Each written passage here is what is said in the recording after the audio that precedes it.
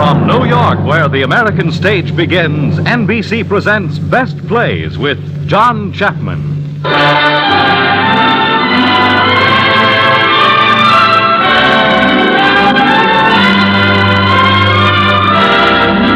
Best Plays, a series of hour-length dramas based on the famous theatrical books begun by the late Burns Mantle, now edited by the distinguished drama critic of the New York Daily News, John Chapman.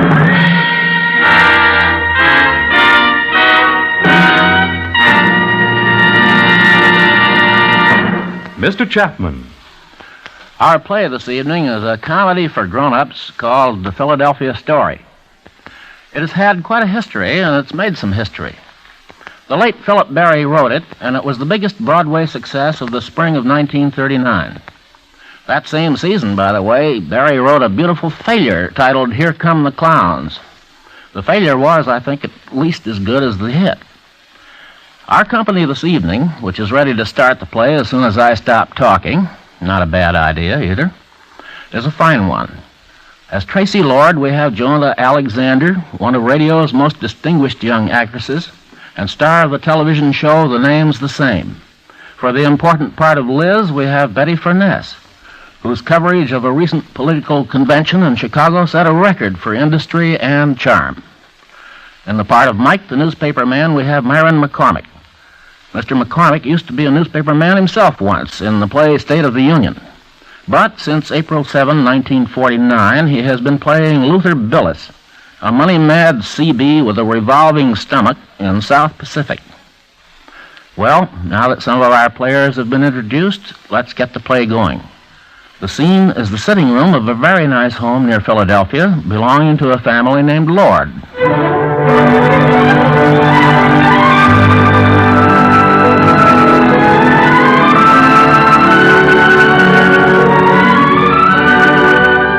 It is late on a Friday morning in June, the day before Tracy Lord's wedding.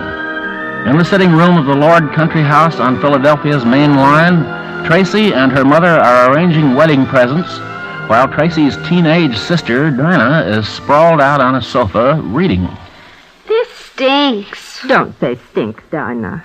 If absolutely necessary, smells. But only if absolutely necessary. Tracy, dear. Yes, Mother? I wish you'd look at these last-minute presents. I'm so terribly afraid some of the cards may have got mixed. As soon as I finished the thank you note to Cousin Horace. Which was he? The old Dutch muffin ear, circa 1810. Muffin ear? How's this? Dear Cousin Horace, I am simply enchanted with your old Dutch muffin ear, with which my husband and I will certainly hear any muffin coming a mile away. Cousin Horace is so awful. What did he send you the other time you were married, Tracy? There was no occasion for gifts the other time. In fact, it would scarcely be considered a wedding at all. When you run off to Maryland on a sudden impulse, as Dexter and I did. 10 months is quite long to be married, though. You can have a baby in 9, can't you? I guess, if you put your mind to it. Why didn't you? Mother, don't you think it's time for her nap? You might be interested in knowing that the other time is back from wherever he's been. Whatever are you talking about, child? Tracy knows. I saw Dexter's car in front of his house. Dexter Haven home again? On the eve of your sister's wedding? Dinah, why didn't you tell us? Oh, I'm not worried, Mother. The only trouble Mr. C.K. Dexter Haven ever gave me was when he married me. You might say the same thing for Seth Lord, Mother, if you'd face it squarely as I did. That will do. I will allow none of you to criticize your father. What are we expected to do when he treats you... Did you hear me, Tracy? All right, I give up. And in view of this second attempt of yours, my dear, it might pay you to remind yourself that neither of us has proved to be a very great success as a wife. We just picked the wrong husbands, that's all. But not I. Not this time. Isn't George an angel, Mother? George is an angel. Is he handsome or is he not? George is handsome. Suds, I'm a lucky girl. I like Dexter. Why don't you ask him for lunch sometime? Maybe I will. I seem to have run out of envelopes. There's some in the library. Never mind, I'll get them myself. She's awfully mean about Dexter, isn't she, Mother? He was rather mean to her, dear. Did he really sock her? Don't say sock, darling. Strike is quite an ugly enough word. But did he really? I'm afraid I don't know the details. Cruelty and drunkenness, it said. Dinah. Don't write in the papers. You read too much. You'll spoil your eyes. It was an awful thing to say about a man. I don't think they like things like that said about them. I'm sure they don't. Father's going to be hopping when he reads all about himself in that magazine Destiny when it comes out. Oh, what? About whom? This article I've been reading. It's what they call proof sheets for some article they're going to call Broadway and Finance. And Father's in it, so I just sent it on to Sandy. Sort of, an approval. But the article, what does it say?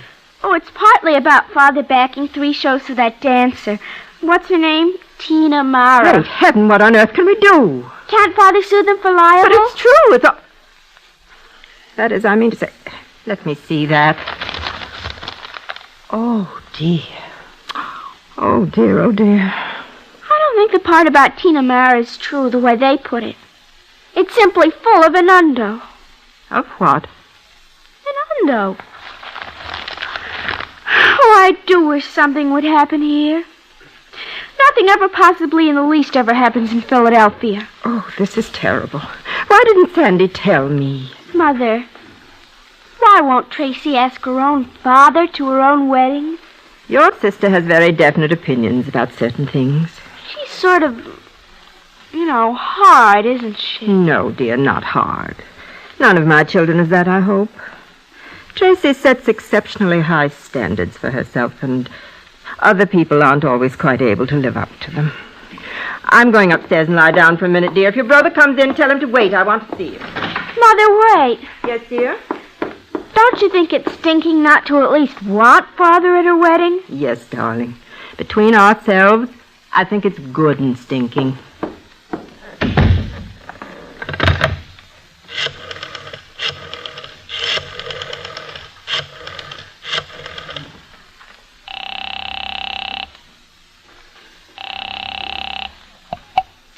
Hello. Hello. May I speak to Mr. Dexter Haven? Speaking. What? Oh, Dexter, it's you. Look at Dexter, this is Dinah Lord. Well, this is a pleasant surprise. A very great pleasure to have you back. Look at Dexter, Tracy says, why don't you come right over for lunch? What? Oh, you're joking. Honestly, I'm not. She said, why don't you ask him to lunch? In that case, I'll be right over. Listen, though, maybe it would be better if you'd... Hello? Hello? Oh, here you are, Dinah. Will you give me a hand with... Who was that on the phone?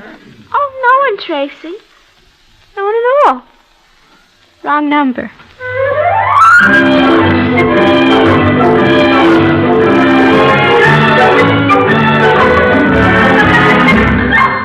Listen to this.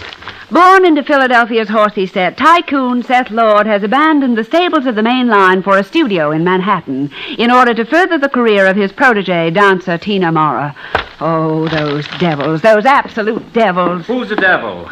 Say, what's going on here? Why the long faces? It's this awful article they're going to publish in that magazine. What are we to do, Sandy? Now, Mother, just relax. I think I fixed things. Destiny is published by a man named Sidney Kidd. He also publishes Dime, also Spy, a picture magazine.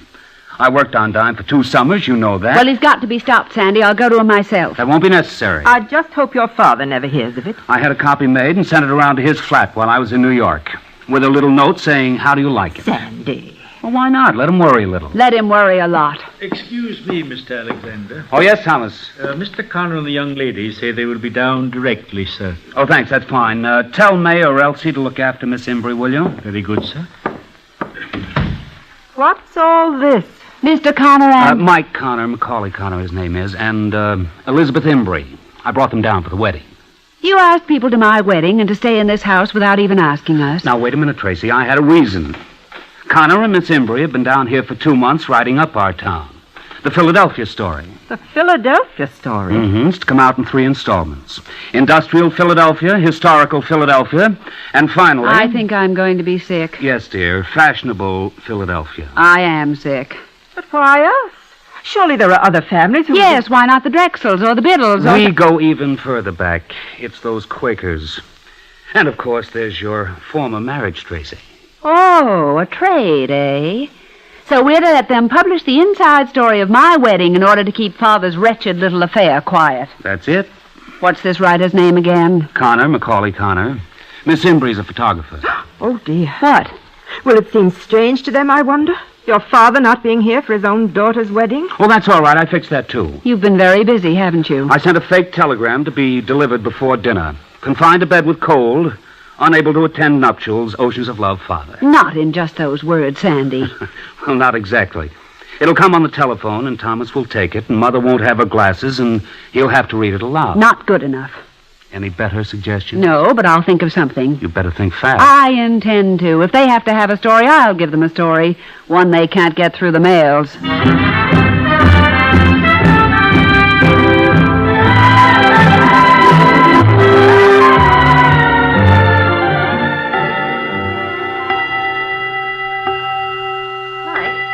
Sure this is where he said they'd be? Well, he said the sitting room. I suppose that's contrasted to the living room, the ballroom, the drawing room, the morning room. Good morning, Connor. Good morning, Miss Embry. I'm sorry to keep you waiting. Oh, that's all right.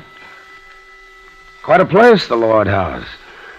Do you mind if I say something to you, Connor? Not at all. Your approach to this assignment seems definitely antagonistic.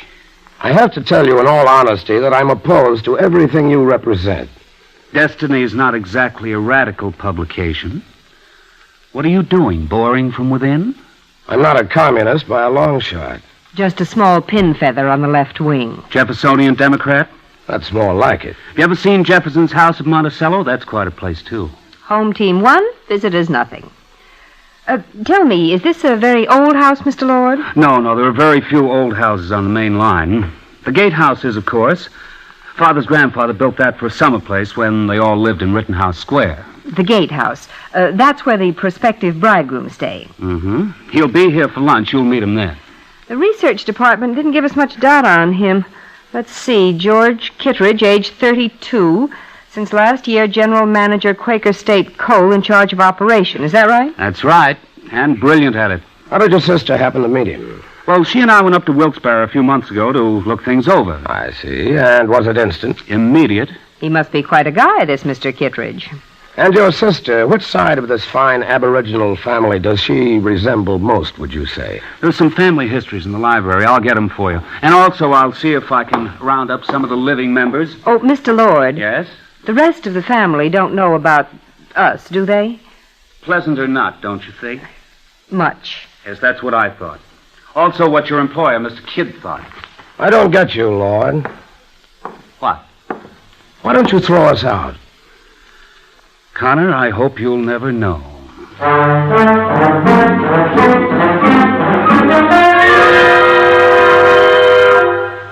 So much for historical Philadelphia, so much for industrial. Now, gentle reader, consider an entire section of American society which, closely following the English tradition, lives on the land, but in a new sense.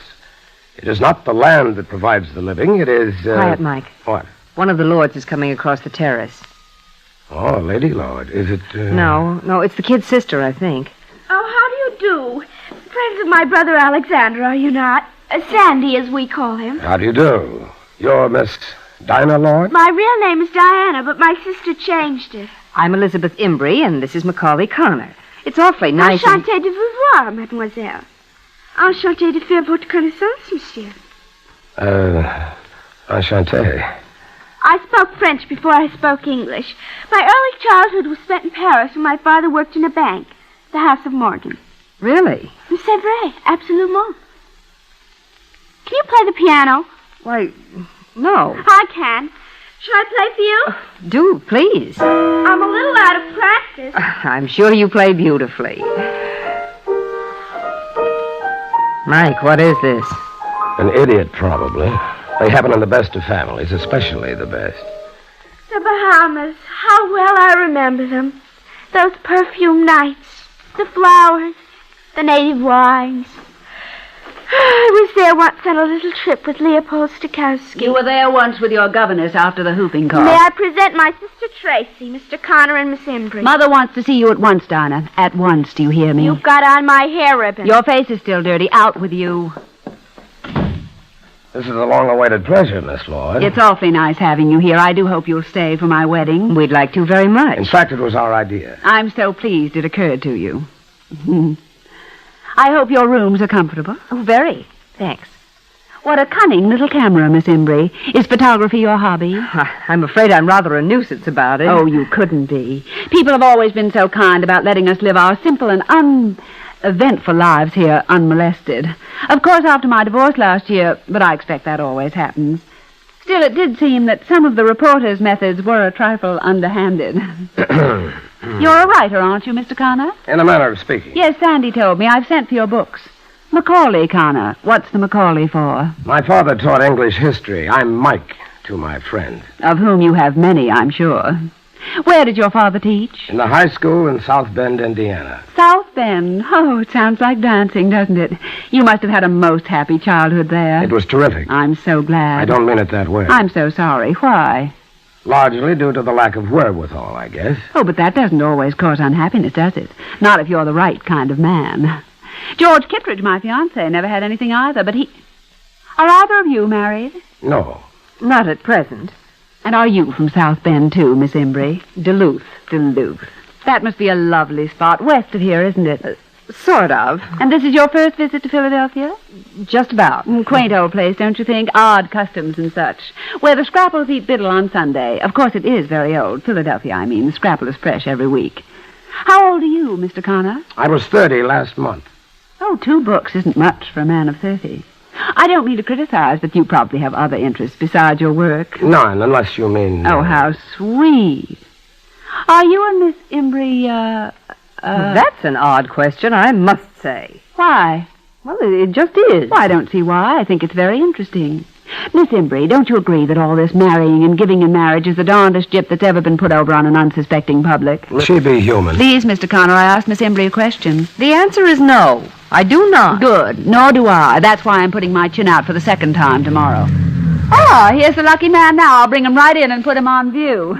In here, George. Right in here, Oh, darling. Good grief, who's doing the interviewing here? She's a lot more than I counted on. Do you suppose she caught on somehow? She's just a hellion. I'm beginning to feel about the size of a pinhead. Now, don't let her throw you, Liz. Do you want to take over? What I really want? I want to go home.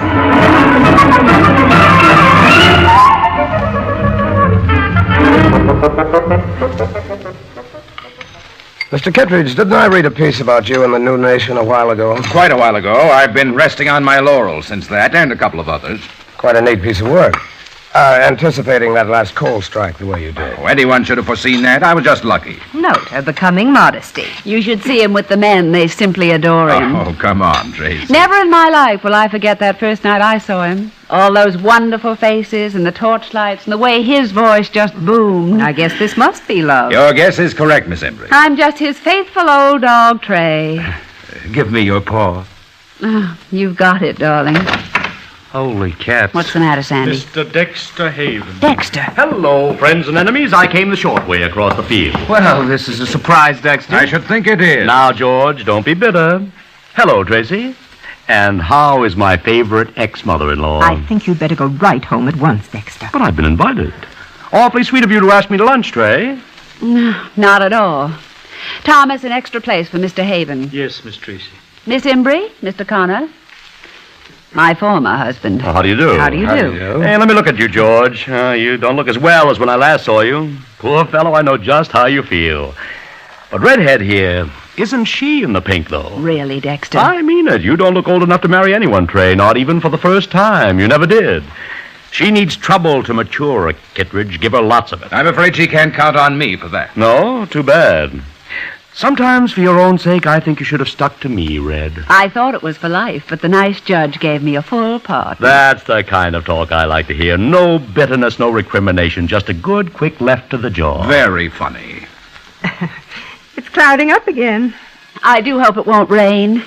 Please don't let it rain on our wedding day, George. It won't. I'll see to it personally. Dear George, I almost believe you could.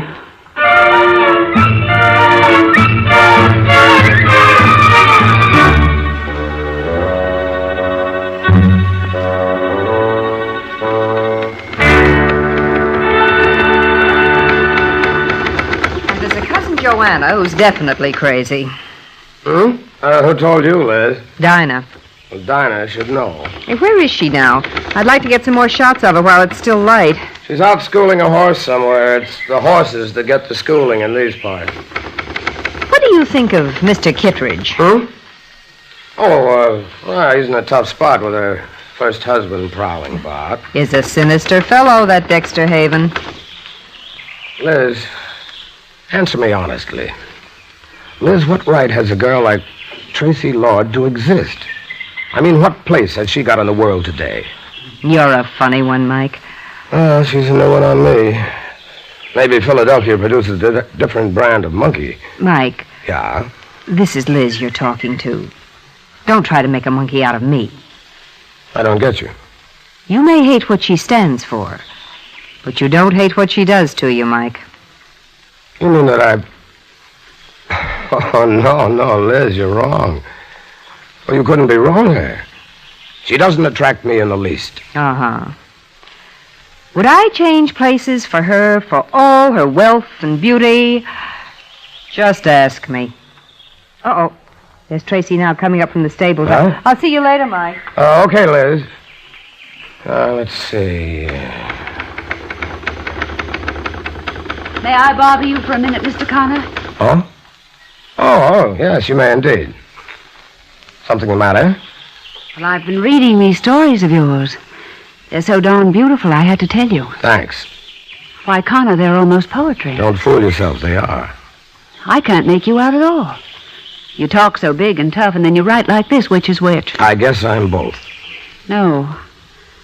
I think you put on the toughness to save your skin. You think? Yes, I know a little about that. Do you? Yes, quite a lot. The book was just such a complete surprise, that's all. Yes, it seems you do. What? Know about it. The story called With the Rich and Mighty, I think I liked that the best. I got that from a Spanish peasant. Will you? When you can write like this, how can you possibly do anything else? Well, you'll never believe it, but there are people in this world who have to earn their living. Well, people buy books, don't they? That one represents 2 solid years' work. It netted Connor something under $600. But that shouldn't be. Only unhappily it is. And what about your Miss Embry? She's a born painter and might be an important one. What Miss Embry must eat. Also, she prefers a roof over her head to being constantly out in the rain and snow. Food and... I'm sorry to have seemed patronizing. Oh, no, I Please didn't don't mean... bother, really. Good. Produced complications, but the trouble has just begun, as we'll see now.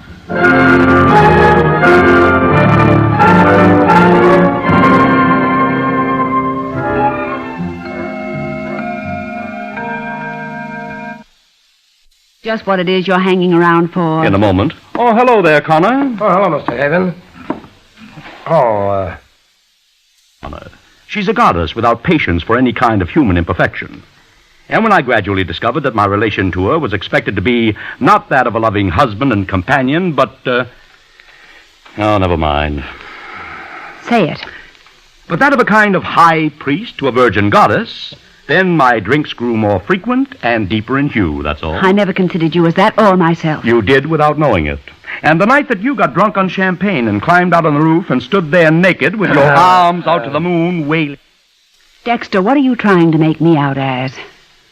Tracy, what do you fancy yourself as? I don't know that I fancy myself as anything. When I read you were going to marry Kittredge, I couldn't believe it. How could you even think of it? I love him, that's why, as I never even began to love you. I suppose when you come right down to it, it just offends my vanity to have anyone who was ever remotely my wife remarry so obviously beneath her. Beneath me? How dare you, any of you, in this day and age, use any such... I'm talking about difference in mind and imagination. And what's wrong with George? Nothing. He's just not for you. He is for me. He's a great man and a good man. And he's of national importance. Oh, good Lord, you sound like an article in Destiny. Well, whatever it is, you'll have to stick this time. He'll give you no out, as I did. I won't require one. But let me tell you this, Red. You'll never be a first-class woman or a first-class human being till you've learned to have some regard for human frailty. It's a pity your own foot can't slip a little sometimes. But no, the goddess must and shall remain intact. I think... You know, I think there are more of you around than people realize. You're a special class of American female now, the married maidens. And of the type Philadelphiaensis, you're the absolute tops, my dear. Blast your soul, Dexter, if you say I'm one more word. Tracy. For the moment, I've said my say. Well. I suppose I ought to object to this twosome. That would be most objectionable, George. Well, any time either of you want more advice from me. When we do, we'll give you a ring, Ed. I left your wedding present there on the table, Red. Sorry I hadn't any ribbon to tie it up with. You see, it's no use even attempting to be friendly. Certainly not. You were a dear to try. Please don't mind him, George. Well, my last wedding present, I may as well open it. Wonder what it is. With Dexter, it's anybody's guess. Why, it's a photograph. Yes, it's the true love. What's that? It's a boat he designed and built, practically. We sailed her up the coast of Maine and back the summer we were married. My, she was yar. Yar? What does that mean? It means... Oh, what does it mean? It means easy to handle, quick to the helm, fast, bright, everything a boat should be. And so what? Rather bad taste, I'd say, giving you that. Dexter never concerns himself much with taste. How'd you ever happen to marry a fellow like that, Tracy? Oh, I don't know. We grew up together. George, you don't really mind him, do you? I mean the fact of him... I don't see what you mean, Trey. Well, I mean the fact that... You know, that he was my lord and master. I don't believe anyone ever was or ever will be. You know, that's the wonderful thing about you, Trey. What?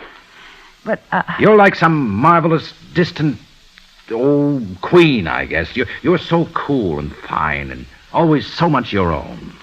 That's the wonderful you in you that no one can ever really possess, that no one can touch hardly. It's a kind of beautiful purity, Tracy. Yes, that's the only word for it. George... It's what I first worshipped you for, Tracy. George, from listen. afar. Only from a little nearer now, eh, darling? But I don't want to be worshipped. I want to be loved. I mean really loved. But that goes without saying, Tracy. Oh, but now it's you who don't see what I mean. Excuse me, Miss Tracy. Shall I put this picture with the other presents? No, Thomas. Just leave it there, please. Yes, Miss. Don't let Miss Imbrie or Connor get hold of it. Certainly not. Hope they'll soft pedal that first marriage. I wish they'd peddle themselves right out of here. Oh, they've got a job to do. And it's an honor, you know. What? Why, to be written up by destiny. Are you joking? Joking. You can't seriously mean I that you... think destiny fills a very definite place, Tracy. George, Tracy, you aren't dressed. Dressed, Mother? Party tonight. You're the guest of honor, Tracy. Now go along, George. Hurry. Right on my way, ma'am. Wait for me, Tracy.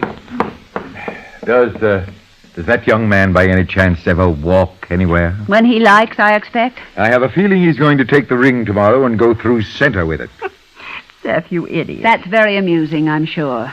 What worries me at the moment is the spectacle we're all making of ourselves for the benefit of that young man and woman from Destiny. And whose fault is it, inasmuch as you let us in for it in the first place? Do keep that note out of your voice, Tracy. It's most unattractive. Oh? And how does your Miss Mara talk? Or does she purr? Tracy. You've got a fine right, you have, after the way you've treated Mother, after the way you've treated all of us, to come back here in your best country manner and strike attitudes and make stands and criticize my fiancé and give orders and mess things up generally, just as if you did. I can't help it. It's sickening, as if he'd done nothing at all. It's no concern of yours, Tracy. If it concerns anyone, it concerns...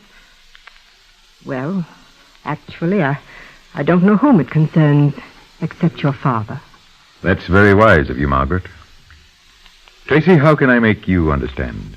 It's a reluctance to grow old, I think. I suppose the best mainstay a man can have as he gets along in years is a daughter, the right kind of daughter. That's interesting, to say the least. One who loves him blindly, as no good wife ever should, of course. One for whom he can do no wrong. How sweet. A girl of his own, full of warmth for him, full of foolish, uncritical affection. None of which I've got. You have everything it takes to make a lovely woman, Tracy, except one essential, an understanding heart. Without it, you might just as well be made of bronze. That's an awful thing to say to anyone. Indeed it is.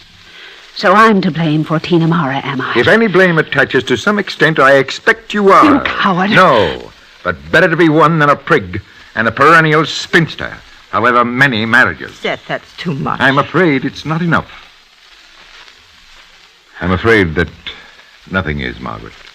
Seth, I understand a great deal now that I didn't. It's all past now. It has been for some time. Forgive me, Margaret. You won't have to again. I understand a lot more than I did as well. A prig. And a... You mean you think I'm some kind of virgin goddess or something? If your ego wishes to call it that, yes. Also, you've been talking like a jealous woman. Oh, stop it. Stop it.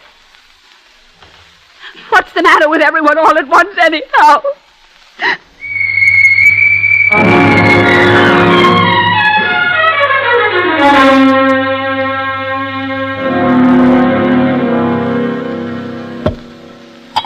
Miss Embry, will you have a cocktail or champagne? Champagne, thanks. I've never had enough. You will tonight. Champagne flu. Excuse me, Mr. Lord. Yes, Thomas. They've just phoned a telegram, Mr. Lord. Well, let's have it. It's for Mrs. Lord, sir. Read it, Thomas. I haven't my glasses. Most frightfully sorry will not be able to get down for the wedding as am confined to my bed with everything wrong. Baby, better. It was only gas. Love, Father. Is there any answer, madam? No, Thomas. None in this world.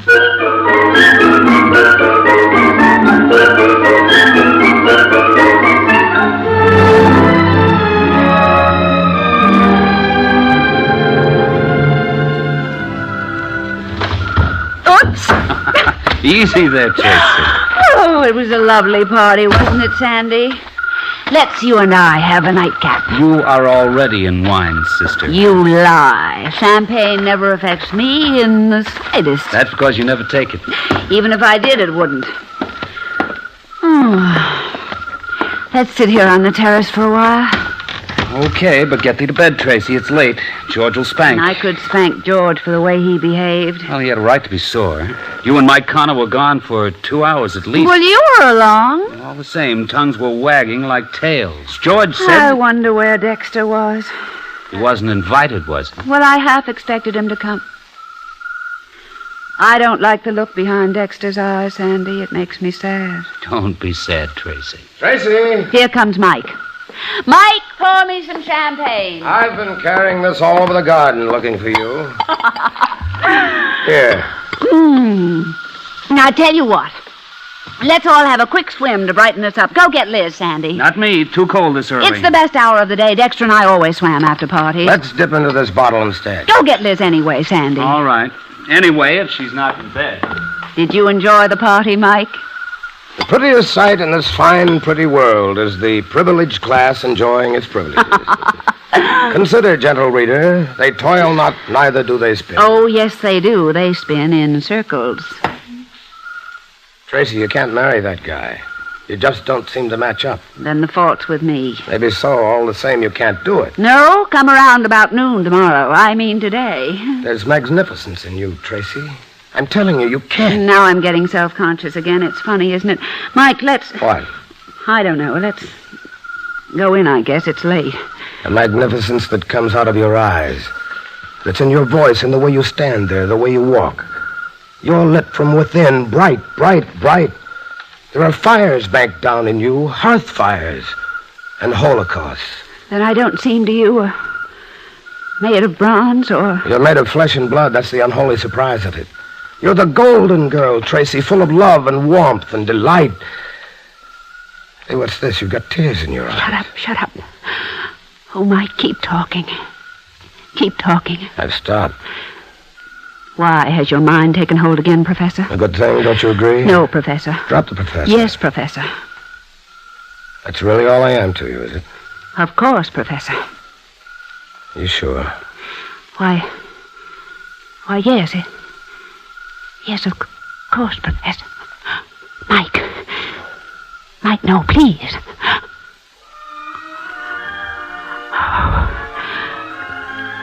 Golly Moses. Tracy, dear. Oh, Mike. Let me tell you something. No, don't. All of a sudden, I've got the shakes. Me too.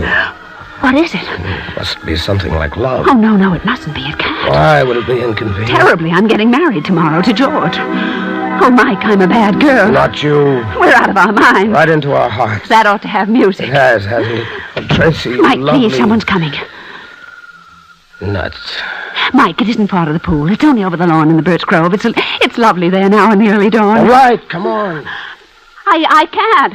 It's as if my insteps were melting away. Have I got feet of clay or something? Quit, they'll be here in a moment. I'll carry you. Oh, Mike!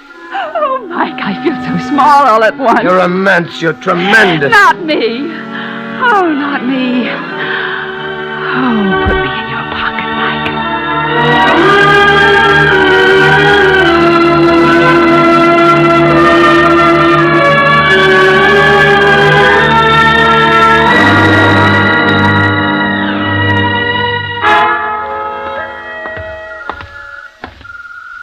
I thought you said they were out on the terrace. They were. They must have gone for a walk or something. Or something. Liz, you're in love with Connor, aren't you? People ask the oddest questions. Why don't you marry him? Hello, anybody home? Sounds like we have callers. You didn't answer my question. I didn't hear Hello, you. Sandy. Hello, Elizabeth. Hello, Dexter. You're an early one. I saw quite a full day ahead and got myself up. Was it a good party? Fine. Lovely. Good. And sufficient. I'm going to bed. Liz, Yes, Sandy? why don't you, you know what I asked? Mike? He's still got a lot to learn, and I don't want to get in his way for a while. Okay? Risky, though. Suppose another girl came along in the meantime. I'd scratch her eyes out, I guess. Unless she was going to marry someone else the next day. Good night, all. Where are they? They called it a night. At least I hope and pray they did. Well, well. Make yourself comfortable, Dext. I've got a little errand to run. Well. Hi there, George. What are you doing here, Haven? Oh, I'm a friend of the family. Just dropped in for a chat. Don't try to be funny. I asked you a question. I might have asked you the same one. I telephoned Tracy, but the phone in her room didn't answer. I didn't telephone, so I came right over. I was worried. I was worried, too. About what? What do you think of this Connor, or do you? What about him? I just wondered. Listen, if you're trying to insinuate... My dear fellow, I wouldn't dream of it. I was only trying... Who's that I hear? Is someone in the pool? George, you're tired. I strongly advise you to go to bed. Oh, you do you? Yes, I strongly urge you to do so at once. I'm staying right here. You're making a mistake. I'm staying right here, and so are you. All right, then. Take the works, and may God be with you. Mike, not so fast. Who's... That's Tracy's voice. Who's that with... Look, Mike, we have callers. Hi, George. Hi, Dex. It's Connor. He's carrying her in his arms. I always knew he was a gentleman. George, Dexter, you should have been with us. Paul, Connor, put her down. Don't you do it, Mike. You carry me right upstairs. You bet I will, got it. I warn you, Connor. Easy, George. She's not hurt, is she, Mike? Not wounded, sire, but dead. That beach roll. She went in swimming without... Without a stitch. It's delicious. Don't pay her any mind. It seems the minute she hit the water, the A shed... likely story, Connor. What did you say? I said a likely story. Listen, if you think... Take me upstairs, Mike. Sure. Connor, Yeah? you'll come down again directly? If you want. I want. Night, Dexter. Night, George. Second door on the right at the top of the stairs, Connor. Mind you don't wake Dinah. My feet are made of clay. Made of clay. Good Lord. You believe it, then? Believe what? The implications of what you've just seen, let's say. What else is there to believe? Well, I suppose that's entirely up to you. I've got eyes, and I've got imagination, haven't I? I don't know. Have you? So you pretend not to believe it. Yes, I pretend not to. And you don't know women. Possibly You're a not. blind fool. Quite possibly. We're all only human, you know. You, all of you, and your rotten, sophisticated ideas. Isn't it the limit, though? Well, she's all tucked in. I want to talk to you, Connor. I'll take care of him, Kittredge. You? What right have The you... lady is still Mrs. Dexter Haven till tomorrow, Kittredge. And this, Connor, is for taking advantage of my wife. Look here, Haven. If you think by this gesture you can make me forget You'll what Tracy have has to done, make up your own mind about that, Kittredge. I'll make up my mind, all right. Good night. Sorry, Connor. Let me help you up. Thanks, old man. Okay? Yes. But if you think... I know, but I thought I'd better hit you before George did. What's all the row out here? Nothing, Sandy. Just as quiet as a church. Who got hit? Connor. Oh, too bad. I thought it might be Kittredge. Well, old man, we can't have everything. Or can we?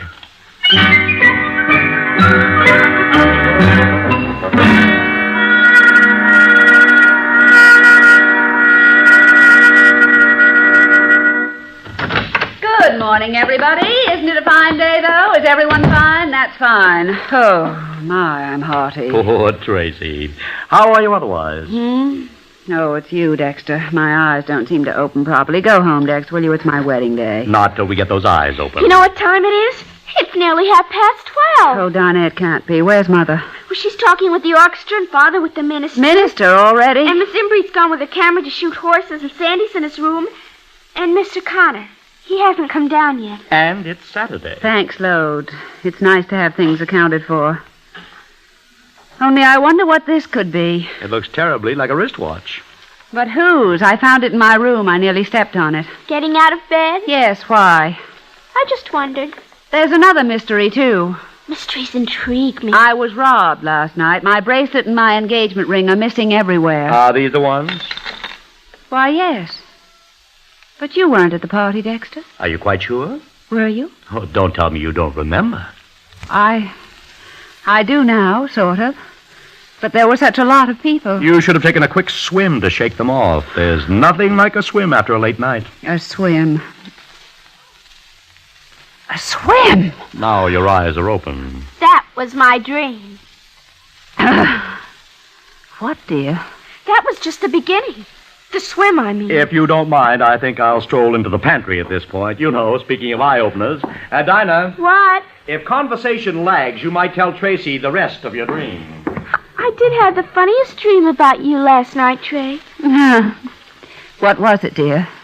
I thought I got up and went over to the window and looked out across the lawn. And guess what I saw coming out of the woods? A skunk? Well, sort of. Mr. Connor.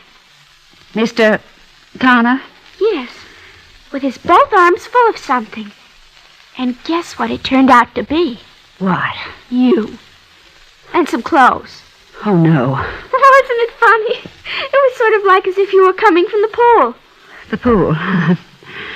I'm going crazy. I'm standing here solidly on my own two arms and going crazy. And then what? Then I thought I heard something outside in the hall. And I went and I opened my door a crack, and there he was. Still coming along with you in his arms, puffing like a steam engine.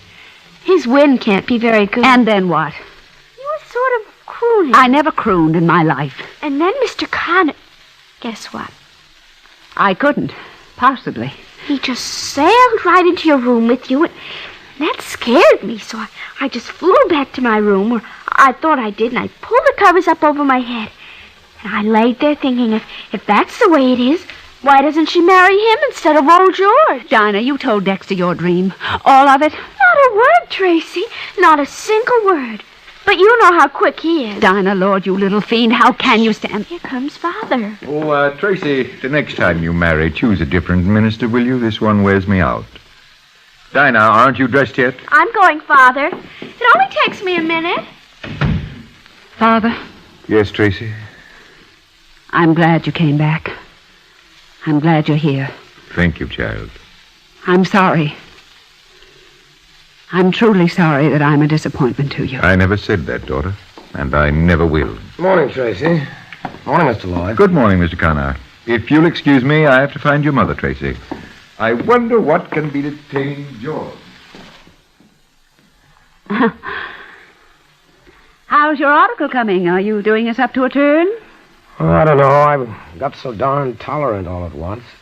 I doubt if I'll ever be able to write another line. You are a fella, Mike. Or the mug of this world, I don't know. What's the matter with your chin? Does it show? A little. What happened? I guess I just stuck it out too far. Are you all right, Tracy? Me? Why, of course. Why shouldn't I be? That was a flock of champagne we put away last Why, night. I never felt better in my life. I had a simply wonderful evening. I hope you enjoyed it, too. I enjoyed the last part of it. Really? Why? I mean, why especially the last? Are you asking me, Tracy? Oh, you mean the swim. We did swim and so forth, didn't we, Mike? We swam and so forth. Mike, Oh, Tracy, you darling, darling. Oh, Mike. Oh, what can I say to you, darling? Not anything, and especially not darling. I'll never in this world forget. Oh, no, please. Oh. You're going through with the wedding, then? Why shouldn't I? All right, no dice. But understand, also no regrets about last night. Regrets? Why do you say that? That's it. That's the stuff. You're wonderful. You're aces, Tracy. I'm serious, Mike. I'm asking you. Tell me straight out. Tell me the reason why I should have any... No, don't. Just tell me. What time is it? My wristwatch. Oh. Did it get broken? No, it's gone. I've lost it somewhere. Oh, I can't tell you how extremely sorry I am to hear that. Yes, Thomas, what is it? This note was sent over this morning at 10 o'clock, Miss Tracy, but Mrs. Lord asked us not to disturb. Thank you, Thomas. It's from George. Kittredge? Yes. And listen to this. My dear Tracy, your conduct last night was so shocking to my ideals of womanhood, that my attitude toward you and the prospects of a happy and useful life together has changed materially. Tracy. Well, George, come on in. Tracy, you're not going to read that aloud in front of him. It's only a letter from a friend. We're all friends here, aren't we, Mike?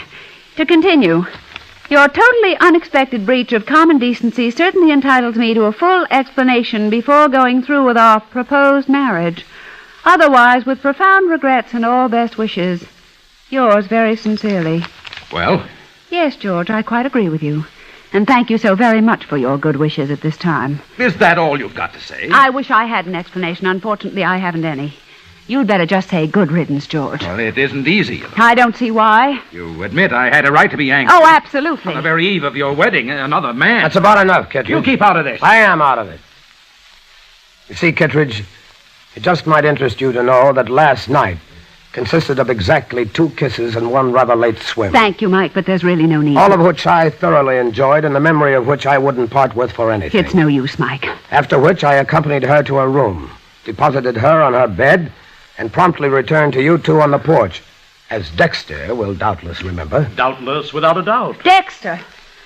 Golly, why didn't someone sell tickets? You have an evil mind, George. You mean to say that was all there was to it? We do. But why?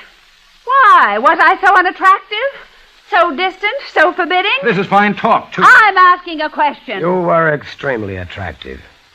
And as for distant and forbidding, on the contrary. But you were also somewhat the worse, or better, for wine. And there are rules about that, unfortunately. Thank you, Mike. I think men are wonderful. Aren't they, though, the little dears? Oh, come in and join the fun, Well, Liz. that's a relief. Why, George? It's no thanks to me. It's purely by courtesy of the gentleman from South Bend. Local papers, please copy. I fail to see the humor in this situation, Miss Imbrie. I appreciate that. It was a little hard for me, too, at first. Oh, Liz, It's all right, Tracy. We all go a little haywire at times, and if we don't, maybe we ought to.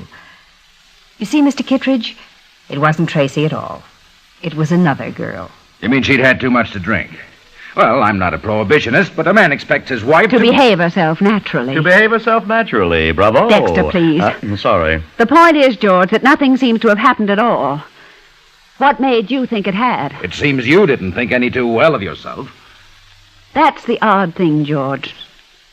Somehow I'd have hoped that you would have thought better of me than I did. Well, I'm not going to quibble, Tracy, but all the evidence was there. And I was guilty straight off. That is, until I was proven innocent. Well, Downright un-American, if you ask me. no one is asking you, Haven.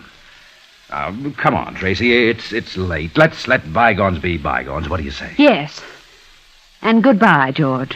Goodbye.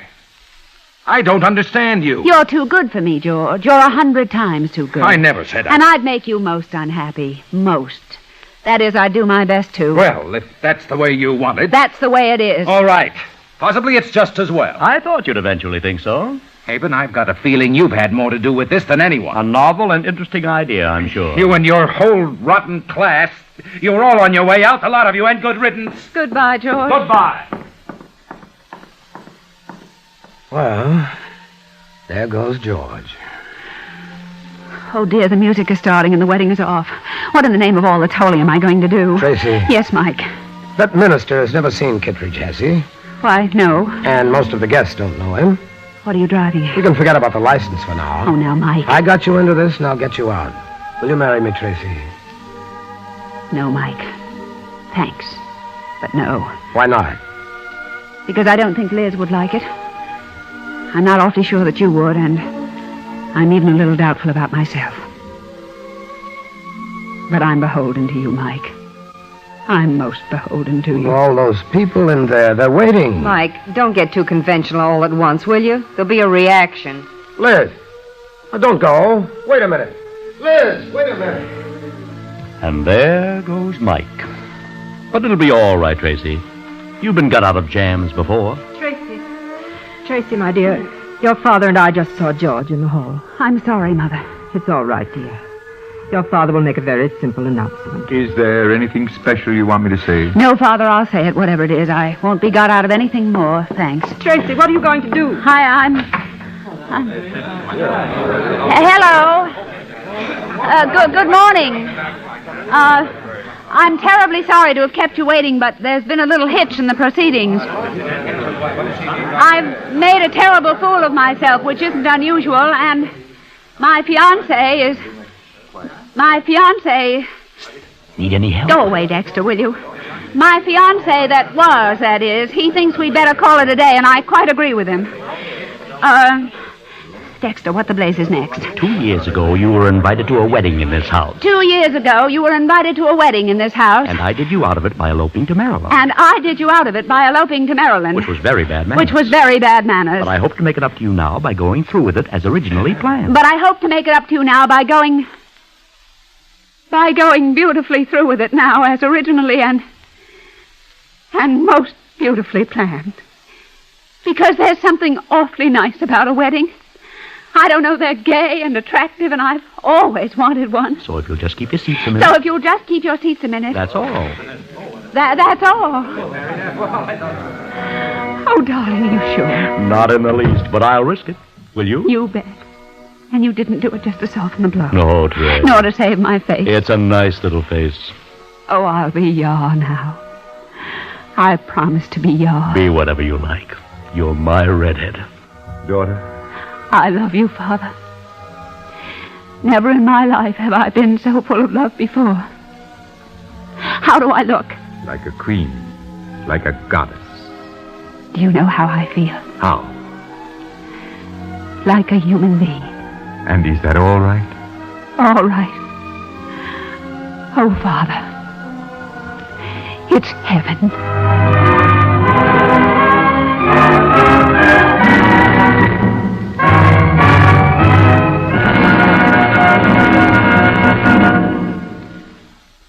You have just heard the Best Plays production of The Philadelphia Story by Philip Barry, starring Myron McCormick, Joan Alexander, and Betty Furness.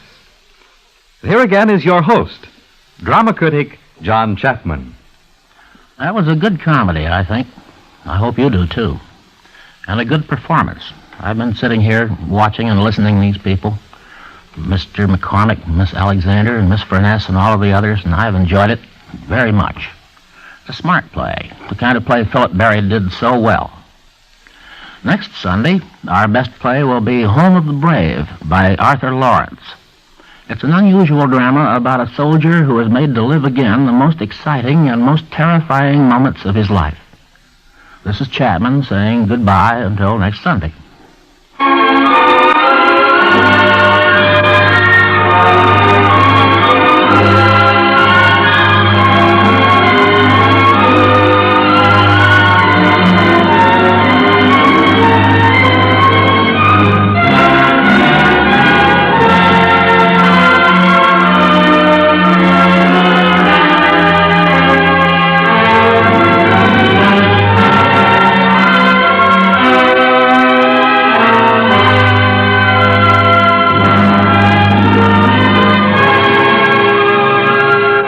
The Philadelphia Story was adapted for radio by Robert Tallman. Joseph Curtin was featured as Dexter Haven, Carl Weber as George, William Quinn as Sandy, and Denise Alexander as Dinah. Edwin Jerome played Seth, and Jean Leonard was Thomas. Recreating her original Broadway role as Margaret was Vera Allen.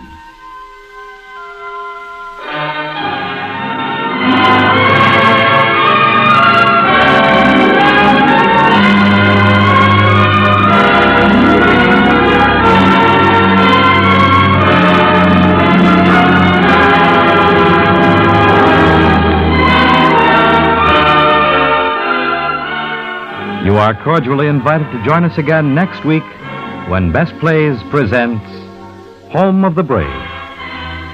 Best Plays is an NBC production supervised by William Welch and directed by Edward King. This is Fred Collins speaking.